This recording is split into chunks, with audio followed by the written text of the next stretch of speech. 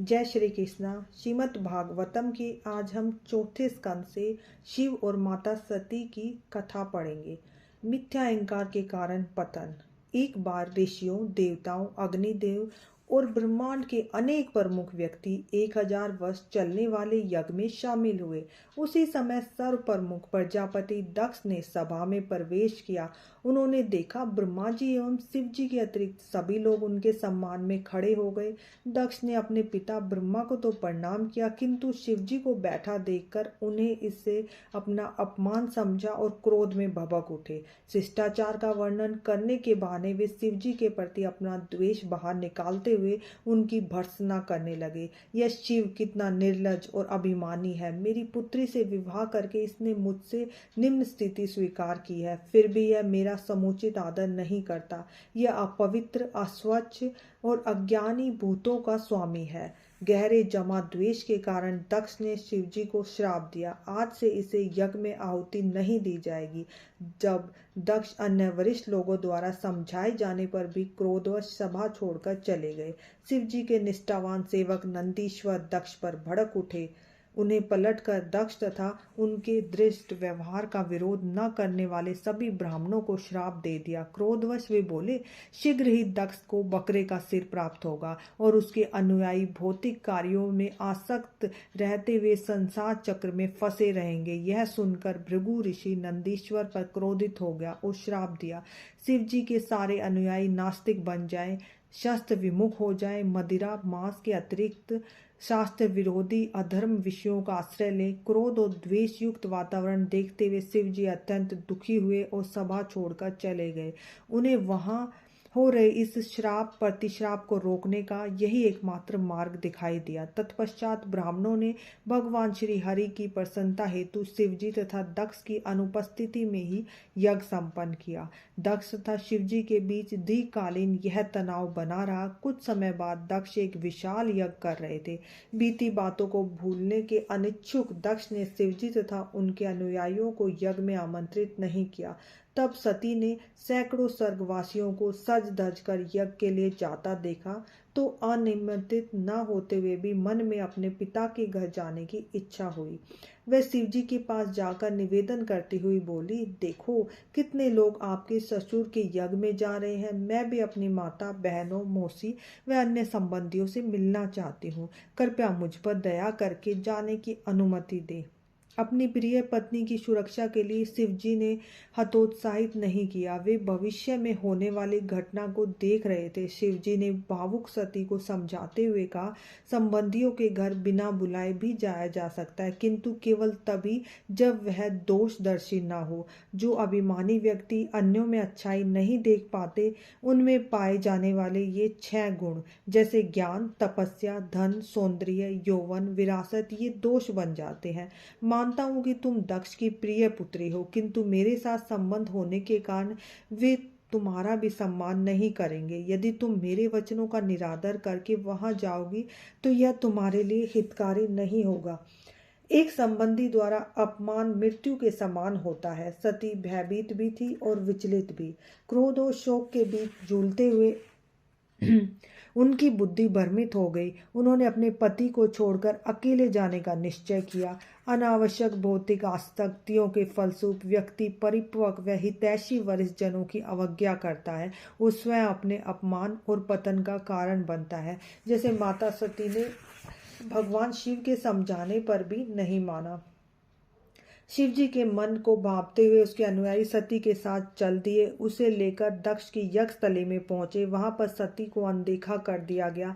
दक्ष के भय से सती की माता, बहनों के अतिरिक्त किसी ने उसका स्वागत नहीं किया।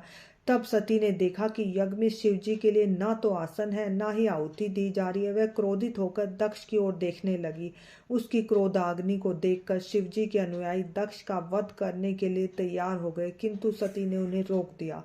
सती दक्ष को धिक्कारने लगी। भगवान शिव जैसे साधु दोष रहित होते हैं, वे दूसरों से छोटे से गुण को भी बढ़ा चढ़ाकर देखते हैं, किंतु आप जैसे द्वेषी महान आत्माओं में भी दोष देखते हैं, उनकी निंदा करते हैं। मुझे खेद है कि मुझे आप जैसे शिव द्वेषी से यह देही प्राप्त हुई। अब मैं इसे और धारण नहीं कर सकती। यह कहकर सती यज्ञस्थली में बैठ गई और अपने शरीर में व्याप्त अग्नि तत्व पर ध्यान करने लगी। उससे शरीर से लपटें निकली और उसने अपने महान पति के चरण कमलों का स्मरण करते हुए अपने देह को त्याग दिया। संपूर्ण ब्रह्मांड में हाहाकार उठ गया। शिवजी के अनुयायी दक्ष को मारने के लिए आगे बढ़े, किंतु भृगु द्वारा निर्मित शक्तिशाली ऋषियों ने आक्रमण करके उन्हें चारों दिशाओं में खदेड़ दिया। नारद मुनि ने शिवजी को सती का अपमान एवं मृत्यु का समाचार दिया। शिवजी का क्रोध उफनने लगा। उन्होंने अपने सिर पर एक बाल तोड़कर धरती पर पटक दिया। तत्क्षण वीरभद्र नाम का एक भयावह काला असुर प्रकट हुआ। शिवजी ने उसे दक्ष तथा उसके सैनिकों का वध करने का आदेश दिया। वीरभद्र तुरंत दक्ष की यज्ञस्थली से निकल पड़े। वहां पर उपस्थित लोगों का अपमानजनक व्यवहार को प्रतिशोध लेते हुए भृगु ने मूछें नोच ली, भृगु की आंखें निकाल ली, पूषा के दांत तोड़ दिए। ये सभी शिवजी के अपमान में भागीदारी थे। तब उसने दक्ष का सिर काटकर यज्ञ अग्नि में उसकी आहुति चढ़ा दी। पूरी सभा को जलाकर वह कैलाश पर्वत पर लौट आए। घायल तथा भयभीत पुरोहित देवता ब्रह्मा जी के पास आए और सारा घटनाक्रम सुनाई। शिव जी के प्रति उनके व्यवहार को अनुचित ठहराते हुए ब्रह्मा जी शिव जी को शांत करने के लिए सबके साथ कैलाश पहुंचे। शांत शिव जी एक वट वृक्ष के नीचे कुशा स्थल पर बैठकर नारद, कुबेर तथा 4 कुमारों के साथ परम सत्य की चर्चा कर रहे थे। उनकी भंगिमा अत्यंत गंभीर और प्रतीत हो रही थी। सारा क्रोध त्याग दिया था।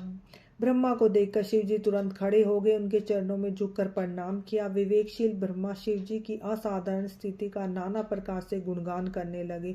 तब उन्होंने प्रार्थना करते हुए कहा, हे भगवान, कृपया पापी दक्ष को क्षमा करें। ऐसे लोग अपनी कुल बुद्धि के कारण, द्वेषी और तीखे वचनों द्वारा अन्य को कष्ट देने के कारण नियति द्वारा पहले ही मारे जा चुके हैं। आप जैसे महान लोगों को उनका वध करने की आवश्यकता नहीं है।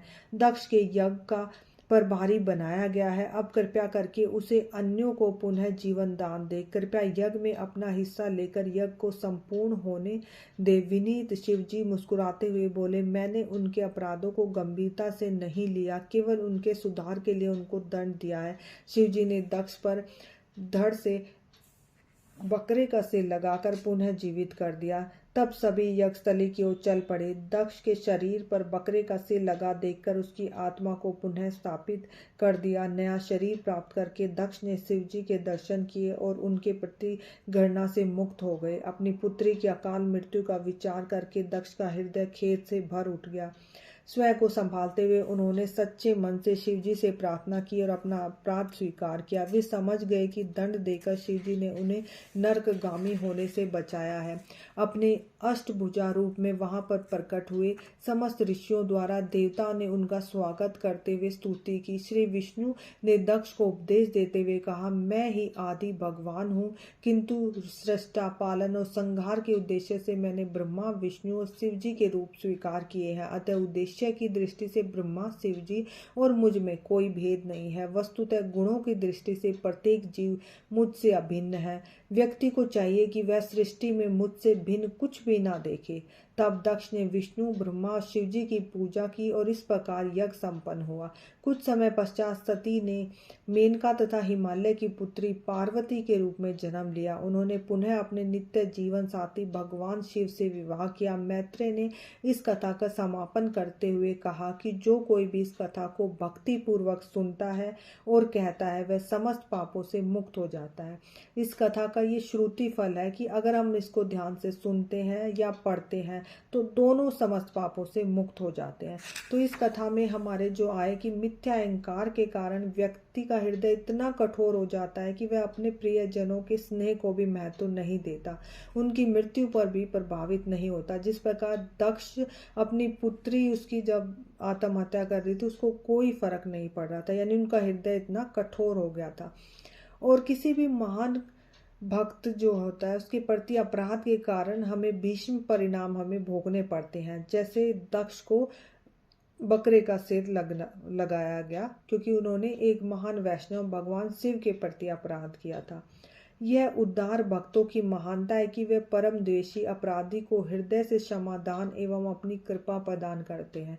यानी इस प्रकार भगवान शिव ने क्षमा करते हुए दक्ष को सिर्फ इसलिए दंड दिया ताकि वह आगे नरक में न जा सके।